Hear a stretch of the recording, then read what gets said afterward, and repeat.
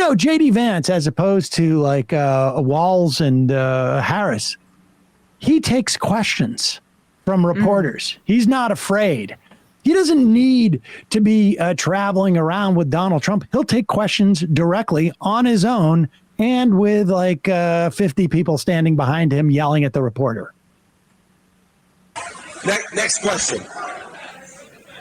Senator Vance, I just wanted to ask you, last weekend, we talked about creating stories so the media pays attention to American people's suffering.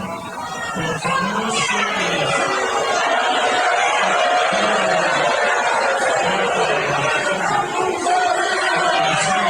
so just to clarify, so what he's essentially asking here is the comment that he made, I guess it was on with Dana Bash, about how, in regards to the Haitian migrant story, that if we have to create stories to get our point across, we will do so. So this is a follow-up. The reporter's not on mic, but, JD Vance has his backup friends behind him to This is really going to serve him well at the debate, where he actually has to answer the questions and can't like hide behind all of these people standing behind him. But this is even better. Like, he couldn't even hear the question because everybody was booing so much. Go back.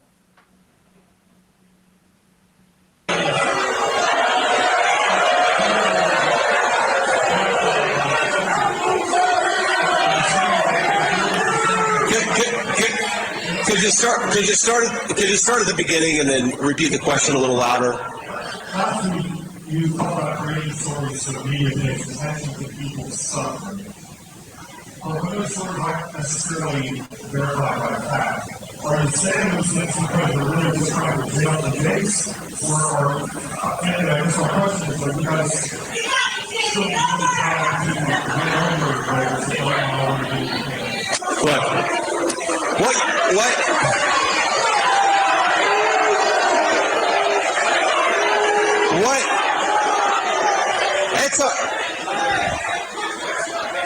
That's my first response to the question is boo. That's exactly what we're doing here. Look,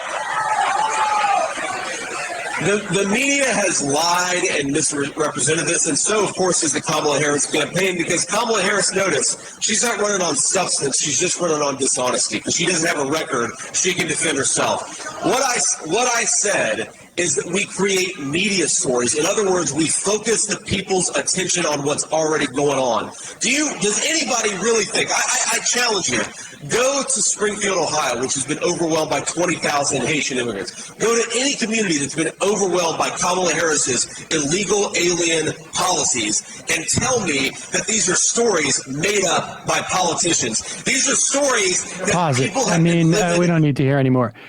He did... It was a made-up story that he propagated. These people are not illegal. They are legal immigrants. They're not overwhelming the city. There's not 20,000 of them. He did not say create a media story. And I don't know what create a media story is anymore. If you lie about a media story, you're still lying about a story. What stories aren't mediated, by the way, anyway?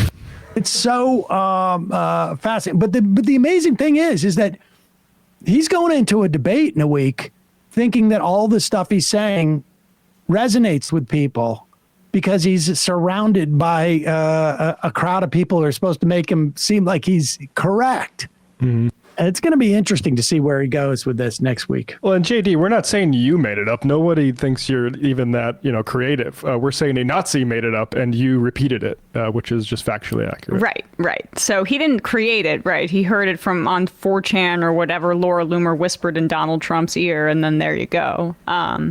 But look, he won't have that gang behind him with the moderators on this CBS, right? That's on October 1st. That's when it's going to go down. Yep. Yeah, he might not fare as well in the reporter versus JD Vance and a bunch of kids knife fight, but he had the numbers in that situation. We will do live coverage on this channel a week from Tuesday, October 1st. Meanwhile, JD Vance occasionally will answer questions when he's not surrounded by a crew of supporters wearing MAGA hats and in those instances doesn't go quite as well. Here is where JD Vance. What do you, Matt? You were literature, right? It's been a while, but yeah, it's my undergrad degree.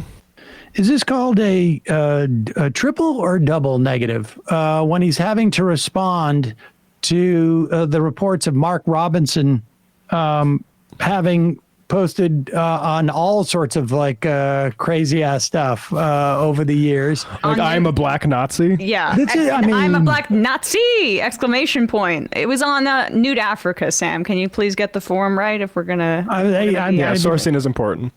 And we should say, of course, Mark Robinson is the Republican nominee for the governorship of North Carolina. Incidentally, just before we hear from JD Vance, who's not so sure whether he should pretend like he believes this or not, out of North Carolina, we hear that much of Robinson's campaign staff has quit.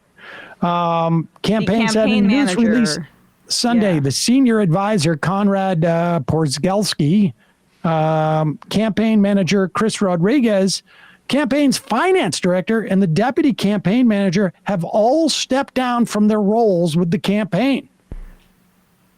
Hey, they had plausible deniability when he was engaging in Holocaust denial, but now that he's called himself a black Nazi, it's a bridge too far. Exactly. Let's Also, hear he's attracted to trans people.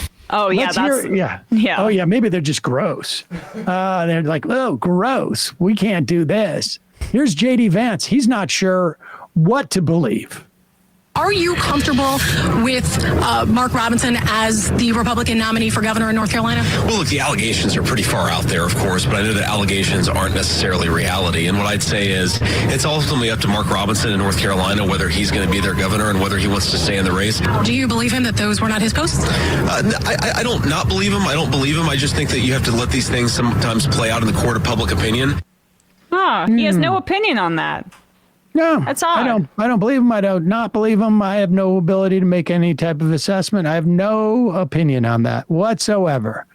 We'll let the court of opinion decide. I think it's pretty clear at this point. You know, he could maybe weigh in.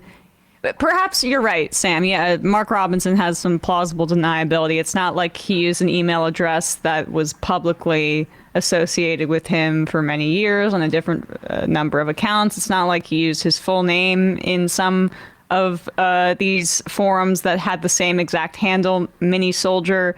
It's not like in one of those handles he had a photo of himself that also said Mark Robinson.